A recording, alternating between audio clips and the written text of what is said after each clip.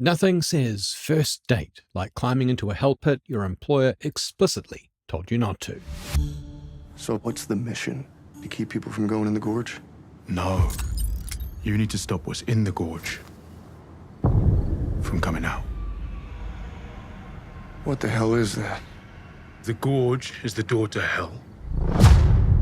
And we're standing guard at the gate. There's a common conceit in most stories. We need a galvanizing enemy, someone we can punch right in the nuts and not feel bad about it. Most enemies are made, not born, because humans have outcompeted all the apex predators. All we've got left to fight is each other. 2025's The Gorge puts forward a question. What if hate isn't the answer? What if Americans and Russians actually have something in common?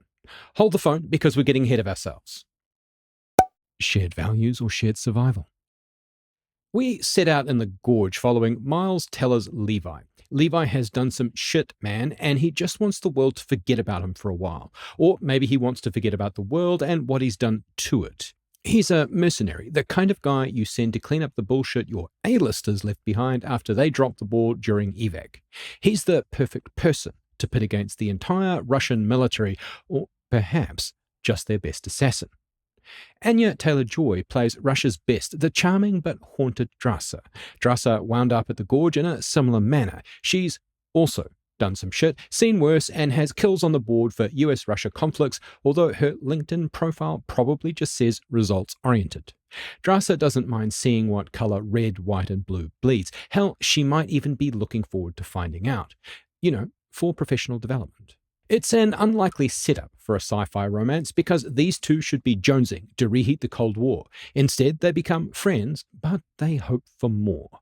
Even with international espionage contacts and a kill list longer than your arm, it's still hard to meet people, right? The real ticket we're buying when we stream The Gorge isn't that there are monsters at the bottom of the ravine. Of course there are monsters. No, the real draw is that we're better at fighting monsters when we find out what we have in common. The differences Levi and Drasa are supposed to uphold crumble when they share their experiences. Both know you don't make it out of this life alive, and it's better to stare hell right in the eye than cower on your knees. They've been to hell and stood at its gates, after all. But now they've got something to fight for. Each other. Trust versus indoctrination. You don't have to walk too far to bump into someone's doctrine these days. Levi and Drasa are primed to be wary of it. They've seen more than red against blue on social media. They've been trained to shoot the enemy, not post about it. Imagine actually doing something instead of just fluffing for likes on X. What they learn in the early parts of the movie is that both sides are kind of the same. The chain of command can be rusty. We miss the friends we left behind. And it can be lonely when you're stationed solo in the dark. The real surprise for both of them isn't that they meet each other. It's that inside themselves, they're actually nice people. While they're wary of fighting someone else's wars and have an earned pragmatism that allows them to stand back to back when the monsters come, they also have a shared hidden vulnerability. They weren't quite good enough to take it all without breaking. Otherwise, they wouldn't be at the Gorge.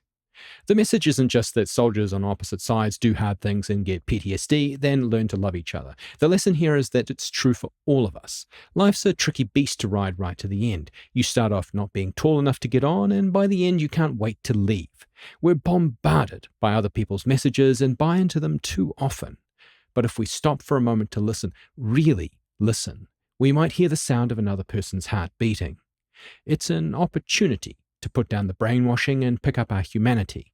We can be friends with people who don't look or sound like us.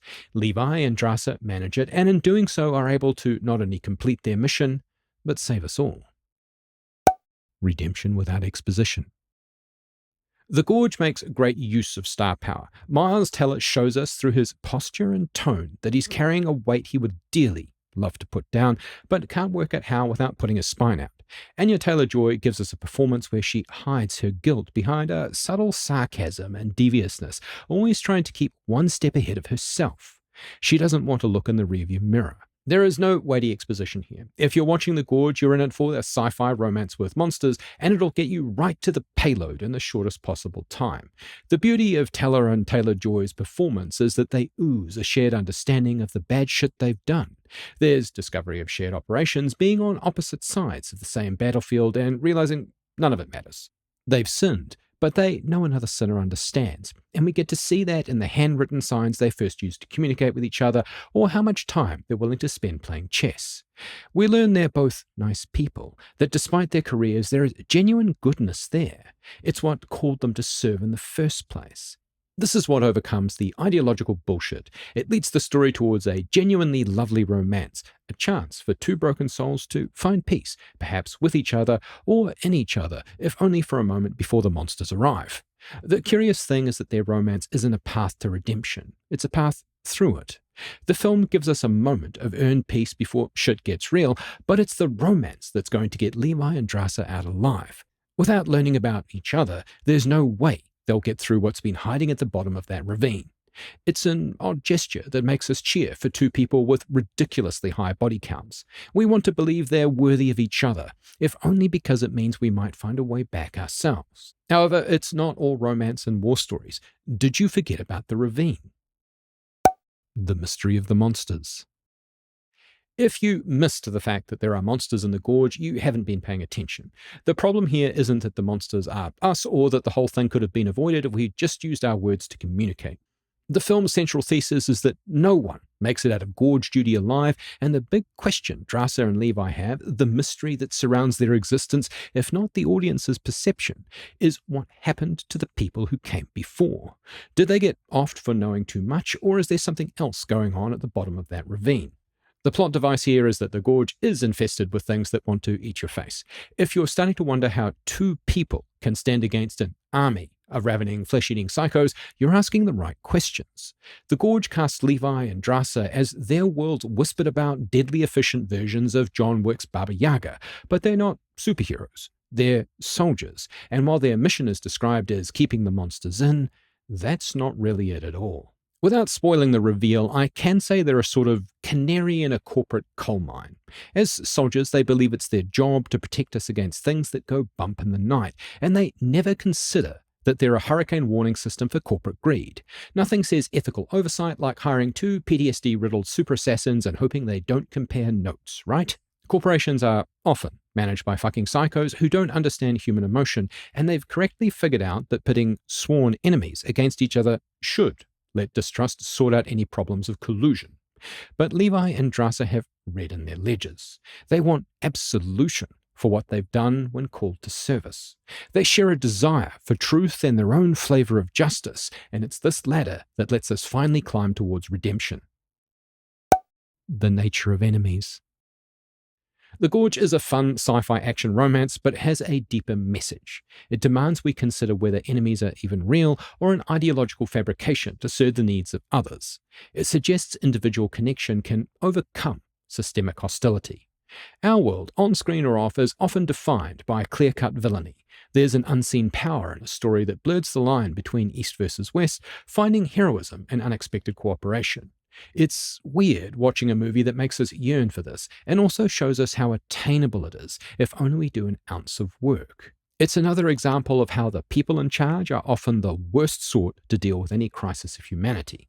Whether it's Russia's full-scale invasion of Ukraine, or the ongoing Israel-Palestine-Gaza war and wider tensions, or even India and Pakistan's entrenched conflict, we see military readiness on both sides and very low willingness to talk.